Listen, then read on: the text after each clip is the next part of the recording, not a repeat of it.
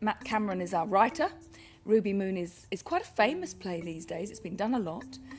It's a story which is attempting to ask some big questions about human beings in a crisis. On the other hand, Ruby Moon is a theatre piece, and it wears its theatre on its sleeve. It's what we sometimes call meta-theatrical, because there is theatre within the theatre.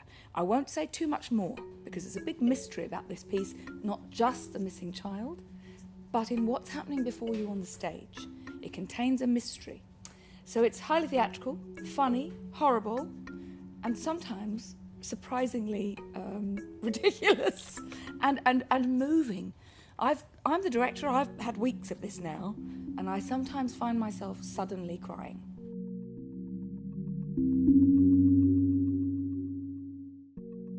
The haunting mood of this piece is generated first of all by the text itself.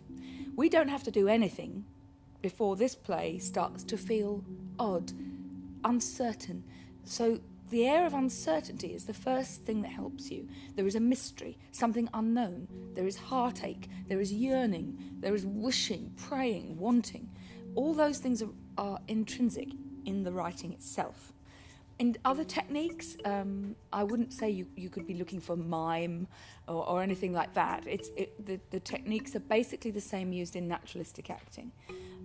But theatre within a theatre is certainly something to look for, a sense that what is real and what is not real, which isn't a technique as such, but it's something that I, as a director, and the actors have really tried to push as a major question in the audience's minds.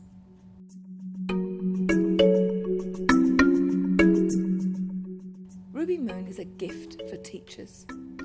It's a commonly studied play in schools because it so perfectly fits a genre, or two, actually. It was written, I believe I'm right in saying, quite deliberately by Matt Cameron as an absurd play. In other words, he was referencing the great plays of the past. I noticed particularly references to Waiting for Godot, Beckett's great play. It was definitely a nod to that genre.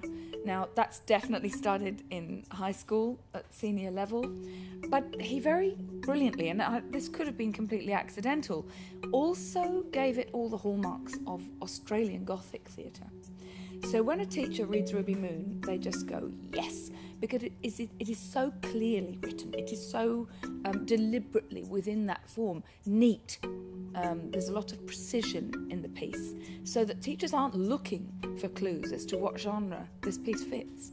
For once, it is dazzlingly clear. The greatest gift in this play for me is that it is an extremely human story that we are all recognising in stories we hear on the news.